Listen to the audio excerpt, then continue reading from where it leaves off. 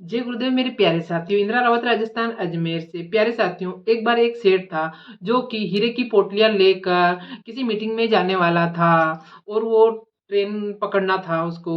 तो इतने में एक चोर को उसकी भनक लग गई और वो उस ट्रेन के पीछे पीछे उसका पीछा करने लगा और जिस डब्बे में वो बैठा उसी के अंदर वो चोर भी चढ़ गया और उसने सोचा कि आज रात को चाहे कुछ भी हो, इसकी पोटली हमें चुरा लेनी है। तो वो इसी फिराक में था और जैसे ही ट्रेन रवाना हुई, तो ट्रेन तो दिन में रवाना हुई थी, तो चोर तो आराम से सो गया कि जो भी होगा कार्यक्रम तो रात को करेंगे। तो जो कुछ भी हुआ दिन भर कर लिया, शाम जैसे ही हुई चोर जल्दी सो गया। जल्दी सो गया, 7-8 बजे ही चोर सो गया क्योंकि उसको रात को जगना था, उसको रात को अपना कार्यक्रम करना था।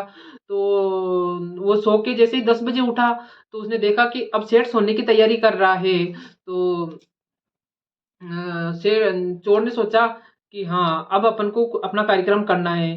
तो सेठ पहले ही भाप गया था कि ये कुछ ना कुछ करने वाला है। तो उसने क्या किया, जो चोर था उसके जैसे ही चोर सो रहा था, तो उठने से पहले ही उसकी जो जेब थी उसके अंदर अपने हीरो की पोटली उसकी जेब में डाल दी और निश्चिंत होके सो गया।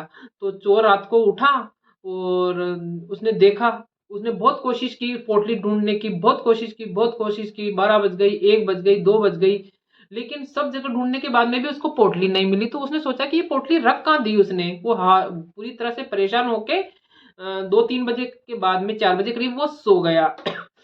सो गया तो फिर उसने बहुत परेशान हो रखा था कि वो मिली नहीं, मेरे को मिली नहीं। लेकिन जैसे ही 5 बजी, तो सेठ जी ने उसकी जेब से पोटली निकाल ली और अपने मस्त वापस सो गया। फिर 5 बजे बाद में, 6 बजे के बाद में जब चोर उठा और बहुत परेशान रहा, तो पूरी रात ऐसे ही निकल गई। अब पूरी दिन निकल जाना था, पूरे दिन जैसे भी थे आराम से निकल गया, जैसे भी खाना खाना था पीना था जो, अब एक रात और साथ में उनको गुजारनी थी। तो उसने सोचा कि इस बार तो रात को मैं पूरी तरह से चौकन्ना रहूंगा और पूरा ध्यान रखूंगा। उसी प्रकार वो थोड़ा जल्दी सो गया और वो जब सो रहा था उसी दरमियान जब वो उठने वाला था, तो उसके पहले ही सेठ ने उसकी जेब में वापस वो हीरो की पोटली रख दी और मस्त आराम से 10-11 बजे बाद में सो गया। चोर उठा और वही कार्यक्रम रात को बहुत कोशिश की, सब जगह ढूंढ लिया लेकिन उसको पोटली नहीं मिली। तो उसने सोचा यार, सब जगह ढूंढ ली लेकिन पोटली नहीं मिली।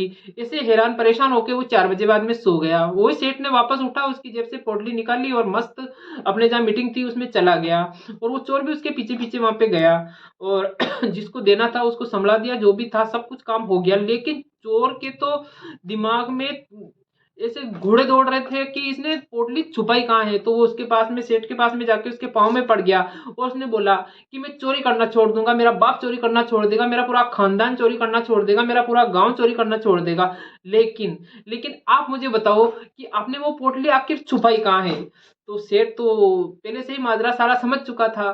तो उसने बोला, अरे बावले, तूने सारी दुनिया ढूंढ ली, सब जगह ढूंढ लिया, सब जगह हर जगह ढूंढ लिया तूने, लेकिन अगर तू तेरी जेब को टटोल लेता तो तू रातों रात करोड़पति बन जाता। तो ये सुनकर वो बहुत ही आश्चर्यचकित हो गया कि पोटली मेरी जेब में थी। तो इसी प्रकार मेरे प्यारे साथियों, इसी प्रकार सुख और खुशियां सिर्फ हमारे अंदर है, लेकिन हम लोग दूसरों के अंदर उन सुख और खुशियों को ढूंढते रहते हैं कि वो इंसान सुखी है, वो इंसान सुखी है, उसके पास में खुशियां हैं, उसके पास में सब कुछ है, उसके पास में गाड़ी है, उसके पास में बंगला है, उसके पास में बैंक बैलेंस है, या उसके जीवन में कोई परेशानियां नहीं है, वो बीमार नहीं है, हमारी बीमारी है, ये है वो है, सब प्रॉब्लम। लेकिन जो खुद खुश रह सकते हैं वो चीज अपन खुद के अंदर नहीं ढूंढते हैं और सिर्फ दूसरों के अंदर ही ढूंढते हैं कि मेरे अलावा सब सुखी है। तो ऐसा कुछ नहीं है, सब सुखों का खजाना अपने अंदर भी है, बस हमें ढूंढने की जरूरत है। तो मेरे प्यारे साथियों, हमें दूसरों के अंदर खुशियों को तलाश ना करके खुद के अंदर अपने सुखों की तलाश करनी चाहिए, तभी हम सुखी रह सकते हैं। बाकी सब कुछ अपने अंदर रहते हुए भी हम रक्त तृष्णा की चीज से भटकते रहेंगे। तो मेरे प्यारे साथियों, आपको ये छोटी सी कहानी कैसी लगी, अच्छी लगी हो तो लाइक कमेंट और शेयर कीजिए, और नए हैं तो मेरे चैनल को सब्सक्राइब कीजिए। जय गुरुदेव।